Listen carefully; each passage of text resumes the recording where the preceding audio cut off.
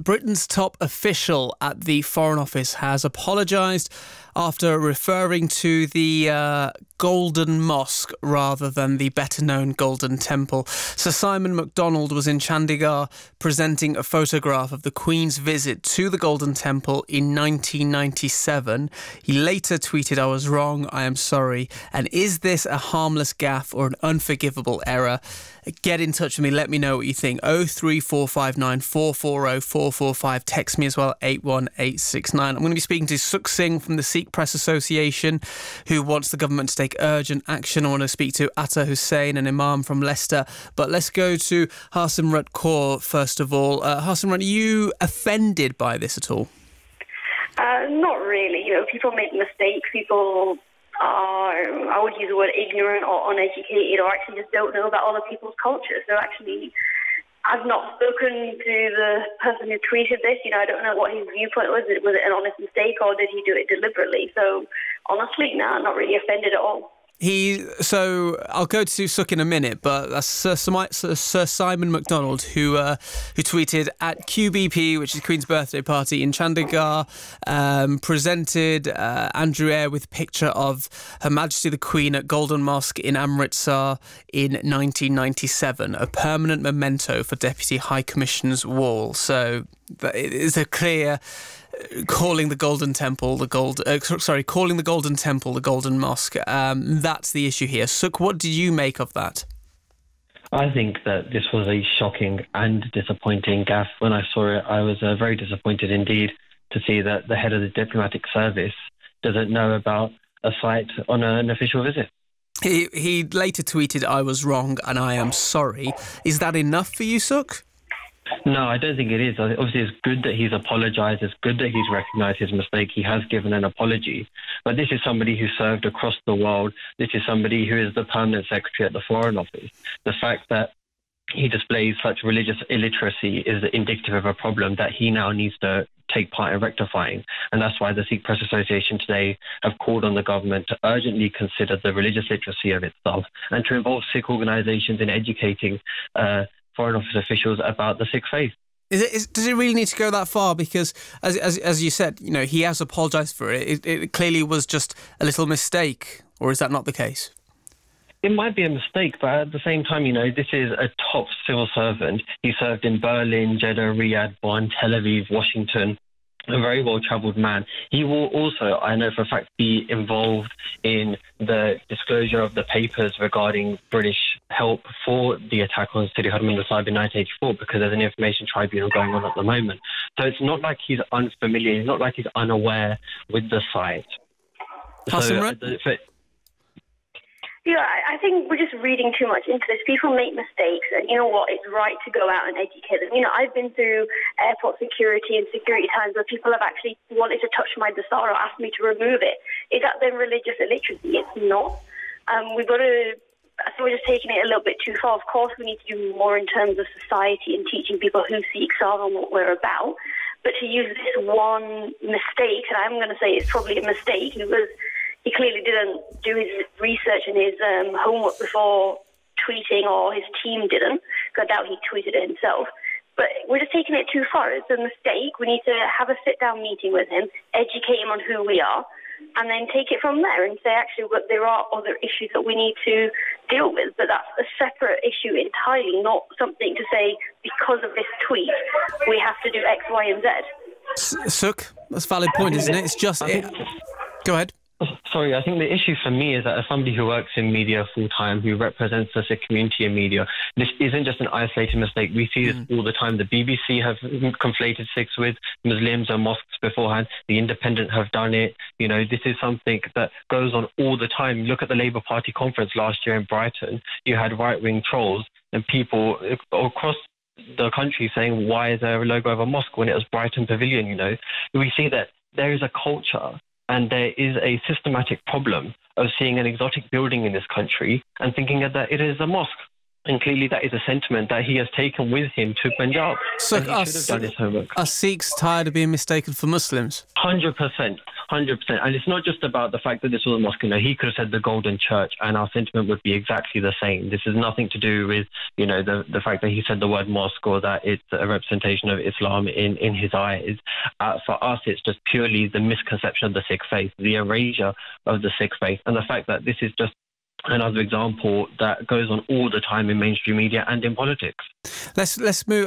So stay there for a moment. I'm just going to go to speak to Archie from Derby, who's got in touch with us. Archie, where do you sit on this? Was it a harmless gaffe? Is this an unforgivable error? Is this a success, an indictment of something that's a little bit deeper? Personally, what I'd like to find out is the level of this guy's education. How educated is he? Come on, for God's sake, the Golden Temple is one of the wonders of the world. Does he not know that? Even little kids know that. I mean, did he blag his CV when he got this job? I mean, come on. Everybody knows about the Golden Temple. It cannot be a harmless gaffe. So what do you mean? There's something a bit more sinister here? Oh, no, I won't say sinister, but what I'm trying to say is, come on, everybody knows about the Golden Temple. Everybody knows it's in India. Everybody knows how religious it is to Sikhs. I mean, come on, what did this guy do at school? Did he not go to school? How did he get this job? And what is he doing in India? Why is he there? Have you never made a mistake, Archie? It cannot. How can it be a mistake? Come on, please. Everyone makes mistakes once in a while. Hey, but listen, mate, that is not a mistake. What is it then? How educated is this guy? Has he blagged his way into this job? I mean, did anybody see his CV? Did he even get interviewed? Oh, well, he's Sir Simon Mcdonald. We did try to get him onto the programme as well, but he is unable to join us and has referred to his apology, which is, you know, I was wrong, I am sorry. Yeah, so I can't talk on behalf of him is what I'm saying, Archie, but, you know, because we haven't been able to get him on the programme. We have attempted. But, well, I do know what you say. You know, you question his credentials if he's suitable for the position. It's just blatant ignorance. That's all I can say. It's just blatant ignorance. He should be more educated before going into a particular country. Yeah, he should learn about the. I mean, come on, everybody knows about the Golden Temple. Come on, please. He's apologised though. So what else do you want? Well, doesn't that reflect on how well he's been educated? For God's sake, come on. I mean, that's all I've got to say, really. Okay, well, Archie, I want to put it out to everyone. Does everyone know about the Golden Temple? 03459 440 445. Text me as well, 81869. Archie, if you actually think that this is something he did deliberately, why would he do that to make a fool of himself, particularly at this time in this culture? Why, when he was there as well? Does anyone want to make themselves look like a fool by making something that's incorrect like that? Why would you want to do that? But let's bring in... Archie, let's bring in Atta here, who's been waiting patiently as well. Atta, who's an imam in Leicester. Atta, what do you have to say about this? Good afternoon. You have some interesting calls there. It's obviously something that could have been avoided. And perhaps this mistake, and he has made it clear it was a mistake, has meant the attention of the visit has wandered elsewhere.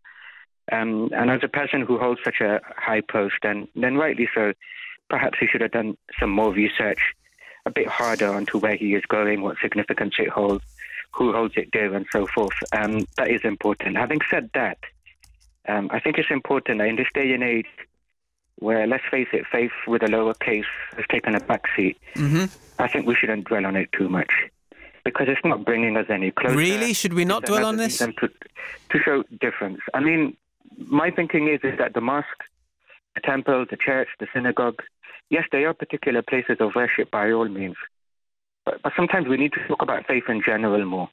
And when you do that, then there is more similarities between these places than differences. Why? Because they're all places of faith. They are sanctuaries. They are places of serenity.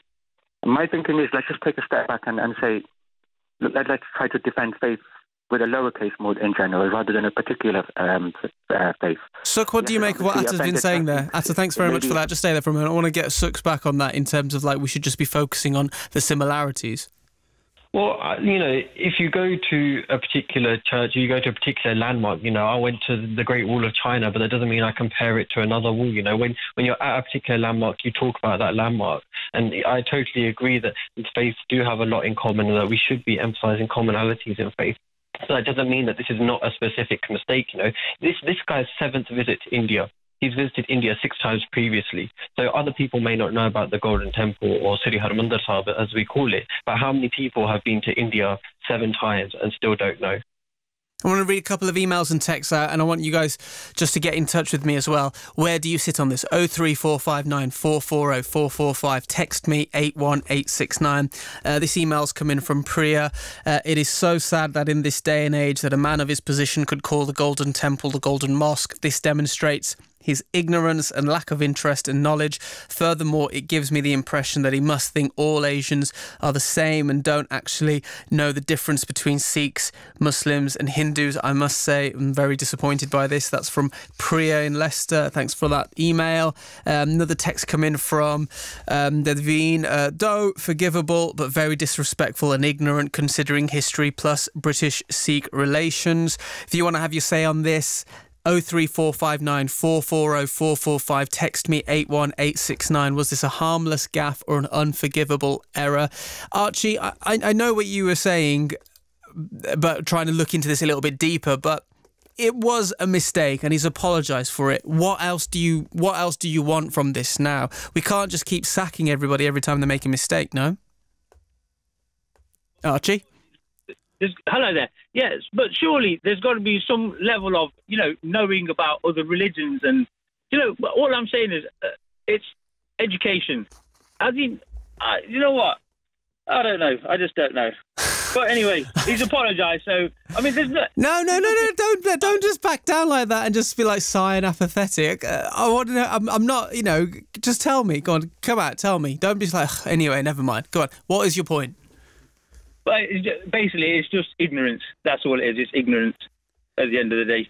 That's all I can say. So what would you, if it is ignorance, what would you like to see done? Do you want him sacked? I mean, no. I mean, the other chap says, like, all places of worship. I mean, like the Gurdwara, for example, yeah, they're open to everybody. Anybody can go in and worship. Anybody, like mosque, church, whatever. They're all the same. Yeah, places of worship. But the thing is, with this guy, surely, come on, did Suk say that he's been to India like 7 times? Yeah, this was his 7th time, Suk said. Surely, come on, you must know. You must know about the Golden Temple. Fair enough. Let's go to David, who's called in from Leicester. David, was this a gaffe? Was this an unforgivable error? Where do you sit on this? My first reaction is it's a gaffe. But then I look at the guy's title, Head of the Diplomatic Service. So he's advising dignitaries, he's advising MPs that are visiting these countries, and he's made a mistake, which is unforgivable as he's the head of the diplomatic service. God forbid he calls a synagogue a mosque or a mosque a synagogue. So what would you like to see done in this case? You said it's unforgivable. You want to see him go? I'm afraid he's got to give up his position. Because of the head of the diplomatic service. There is nothing that excuses that. What the First Lady said and what you're saying is quite right, and I respect your forgiveness. But in this position, as the head of the diplomatic service, I don't think it can be forgiven. You can forgive him, but he can't continue in his position. Interesting plot point here. We know what's going on about anti-Semitism. That's why if he ever calls a synagogue a mosque and vice versa, it will not be dropped. David, thank you very much for your call there. Plot twist. David thinks that he must now stand down. Do you agree with this? 03459 440 445. Text me 81869. Email the big debate at bbc.co.uk. Sir Simon Mcdonald was in Chandigarh presenting a photograph of the Queen's visit to the Golden Temple in 1997. He called the Golden Temple a golden mosque. Was this a harmless gaffe or was this an unforgivable error? David thinks he now needs to step down. Suk, what do you make of what he was saying there? Is this now cause for him to have a vote of no confidence to stand down from his position as the top official at the Foreign Office? David is quite right in what he says, that this is a gaffe that you really wouldn't expect a guy of his standing and of his position to make. But for Sikhs as well, you also have to understand that actually there was criticism of him yesterday before he made the gaffe, because he went all the way to Punjab and hasn't raised the case of detained Briton Jagtar Singh Johan. And I think the combination of the two means that there's good reason for Sikhs not to have confidence in him. How can you have confidence in the permanent secretary of the Foreign Office, who goes all the way to Punjab, who goes on an official visit and doesn't raise one of the key concerns of the Sikh community at the moment, which is that there has been a guy who has been detained without charge, without an independent medical, who is most likely being tortured, but we can't confirm it. And this guy's ignored it. And not only has he ignored it, he then insulted Sikhs by making a huge gaffe of this error. Why should Sikhs have confidence in a guy like that who's managed to do all of that in just one day? So do you think he should be now standing down? Because one of the things you said right at the start is that you're calling for education, religious sensitivity at the top level. Is this now, do you think, should be going further? I think whoever's at the top of these positions needs religious literacy. For me, as somebody who sees this all the time, this is just another example of a problem that we see again and again and again. I want the government to take systematic steps to ensure that whoever's in this position doesn't make this gaffe. It could be, he's obviously going to not be in the position one day. There's going to be another permanent secretary one day. I want anybody in the Foreign Office and anybody in that senior position to have the religious literacy so that they can be confident that they won't make a gaffe like this again. What systematic changes do you mean? What exactly? Let's drill down into that. Do you want... Yeah, just tell us, what's systematic? Well, the Sikh Press Association are calling for the senior civil service in particular to engage with Sikh groups, Sikh education groups, so we call them Parjad groups in the Sikh faith, and for them to just, even a 1-hour seminar. Do you feel like Sikhs are overlooked? Not enough attention? Yes, they are. You can see it. How can the head of the diplomatic service go to Punjab, the Sikh homeland, the home of the Sikh faith, and call the most important Sikh place of worship a mosque? So stay there for a moment. Stay there for a moment, because I want to speak to Jasprit, who's got in touch with us, but I'm going to have read out a couple of emails first of all. This is what happens when the education system in this country does not talk enough about Sikhism and puts the emphasis on Islam. I say this from experience. I have 2 kids in the system right now who get abused because people do not understand what Sikhism is. How long before we get equality? Fayez has also said, I reckon we are looking into this too much. I mean, it was a common mistake, but at the end of the day, whether it's a temple, a mosque, a church, it's a God's place. So does it really matter what we call it? He has made a mistake calling it a mosque, but we are humans. We are bound to make mistakes. As an Asian, I have realised we do look into things which are just a mistake too much. At the end of the day, it was a mistake. He has apologised straight away. What do Asians want him to do? Broadcast a live telecast to apologise? Kind regards, Fayez. What do you think should be done now? Do you think we can just brush this over? It was a harmless gaffe. Do you think there needs to be root and branch change? Does he need to go, as David was calling for before? 03459 440 445. Text me 81869. Email the big debate at bbc.co.uk. It's 12:48. Got 12 minutes before Asian Network reports. Let's get your calls coming in. Going to go to Rifat in a moment, but Jasprit first, who's got in touch with us. What do you make of this, Jasprit? Waheguru Ji Ka Khalsa, Waheguru Ji Ki Fateh. I'm so happy to be on your show, Kasa, within 1 week, and been really blessed. Nice to hear from you again. What do you make of this? So it's very interesting if you look at what's happening. So they do it intentionally. And I think the points which were being mentioned, ignorant, etc. And if you look at the legacies of British Empire, they know about Sikhs already. So what's happening, I personally think, is an agenda which is trying to divide the communities, and that's not fair. Just take example as Sukhpreet from Press Association, Sikh Press Association was saying. The fact is, they know it's Darbar Sahib. So why are they trying to label it as a mosque or something as a temple? It's a Guru Ghar, which has got 4 doors open for everyone throughout the world, 4 different directions. So it's a divisive agenda which is being brought forward by the state to divide the communities. But I just want to say, as good Sikhs, we don't hate anyone, and we live the values which are all about giving to everyone, and that's why we got Langar in Darbar Sahib. So if you want to learn, Jasprit, you think this is you've got some conspiracy theory that this is done on purpose to sort of divide communities? Would someone really try and make themselves look, foolish, make that mistake to do that?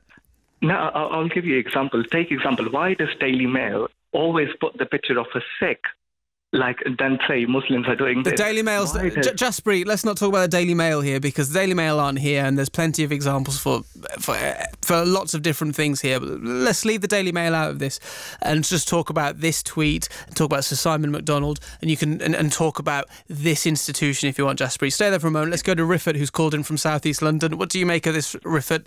Is this a harmless gaffe? It depends how he said it. Did he say it in a racist or anti-Semitic way? It's like, when you see someone with a degree and you think, oh, he should know everything. And then there's a commoner, someone like me, a college graduate. And, we can both make the same mistake. The Golden Temple is well known, but if someone calls it a mosque by mistake, it means that I haven't got a degree, I haven't got the same position as this man, but we're on equal footing, we're human. Hang on, so you're doing this you think he's done this to prove that he's got the common touch? Or have I mistaken what you're saying? No, he's made a common mistake that any human being can make.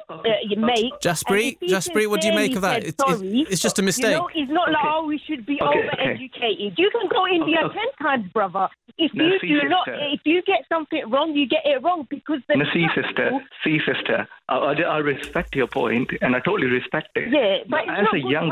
Hang on, Rifat, let him come back to you on that one. Yeah, sister. And I would defend... Yeah. Go on, Jaspreet. I'm going to give you a point, sister. One thing happens, second thing happens, third thing happens. It's like hundreds after hundreds, but we will make out of it. So what is this? Is straight trying to get a reaction of Sikhs to say, oh, are they anti-Muslims? But as a good Sikh, we love everyone, no matter which faith they are from, no matter where they are from. So it's intentional.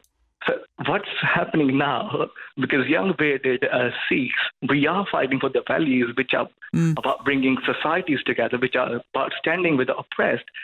They don't allow it. They don't allow us to share our knowledge with everyone because we want to live in a pluralistic, multicultural society where Rifat, what do you make of what Jaspreet's saying? No, years ago when I was a kid, I was growing up, I used to think that the temple, that Golden Temple was a mosque. See, that is a mistake that can be made by a human being. But sister, you were a kid at that point. When we politicise it's very wrong. If someone makes a mistake, no problem, Sook, is that a fair point? We shouldn't just politicise every point. This guy earns £180,000 a year. Hang on a sec, Rifat. Hang on. I'm asking Sook a question. Rifat made a good point there. Why are we politicising every single mistake, every error? What do you make of what Rifat was saying? I don't think it's politicising to call out ignorance. And, this is a guy that earns £180,000 a year. He's served across the world. He's risen to the top in a very competitive environment. He has his own private office. He will have dealt with issues relating to Sri Harmandir Sahib before.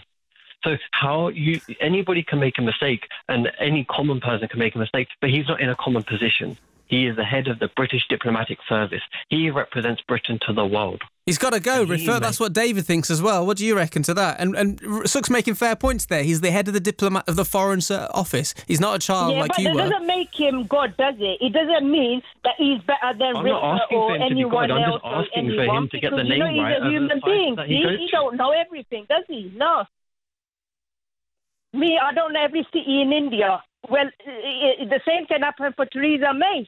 That's why if she's got a degree and I ain't got a degree, we're both human beings. We're equal. It shows, isn't it? Human beings, they're nothing big.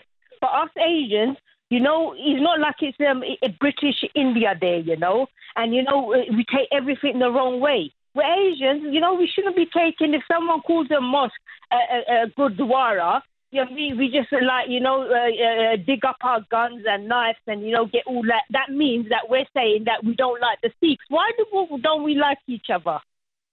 And I'm a Kashmiri, look, I don't like the Indian army, what they're doing to my people in Indian Kashmir. I don't, the common people, I'm not nasty to them. We're human beings. We need to live like brothers and sisters, us Asians, human beings, we don't... Do you think we fight too much, Rifat? You think we fight too much?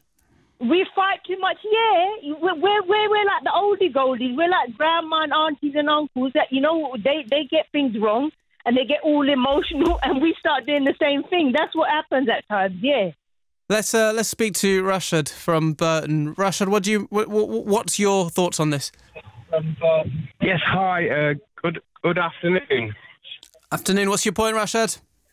Okay, my point is, if the diplomat called a mosque a synagogue or a temple, I think the Iranian Prime Minister and the outer Arab world would actually issue a fatwa against this diplomat. Really? Absolutely. This is what would have happened. Really? So I think, absolutely. This is one tweet. This is a tweet that was done late night. That this man's probably been all over the place and was told to tweet this because there's a photo. We need to tweet this. We need to show that we're doing something. And it's gone this far. Do you think? Absolutely. I mean, it's no excuse for the diplomat to not knowing where he is and how significant this temple is. It's just not acceptable at all. So what do you want to see done now? Do you want him to go? He must go. Absolutely, he must go. Resign ASAP. I mean, these diplomats are paid a lot of money. They have no expenses. If he wasn't doing the job that he was doing, should he have known? Would it have been fair for him to not know? Well, he should have known. He knew what he was doing, knew where he was going. It's no excuse. Rifat, let's bring Rifat back in on this, Rashad, because what you've said there is that you think he should go. He's got no excuse. This is something David said before as well. Suk even has hinted towards it and saying that there needs to be education at the top level. Rifat, should he go? Lots of people are saying that this is a lot deeper. Brother, the media is worse than him. The media is tarnishing Muslims, and some Sikhs, sometimes I feel that you call them Muslim, yeah? And if a racist is saying to them Muslim, they need to say, you're on the Muslim bandwagon, call me Muslim, they're human beings. Guys, it's been lovely having you all on the programme today, but I've got to go now, unfortunately, because it's going to be late for Asia Network Reports. But Suk, Jasprit, Rifat, Rashad, thank you so much for talking about this today here on The Big Debate.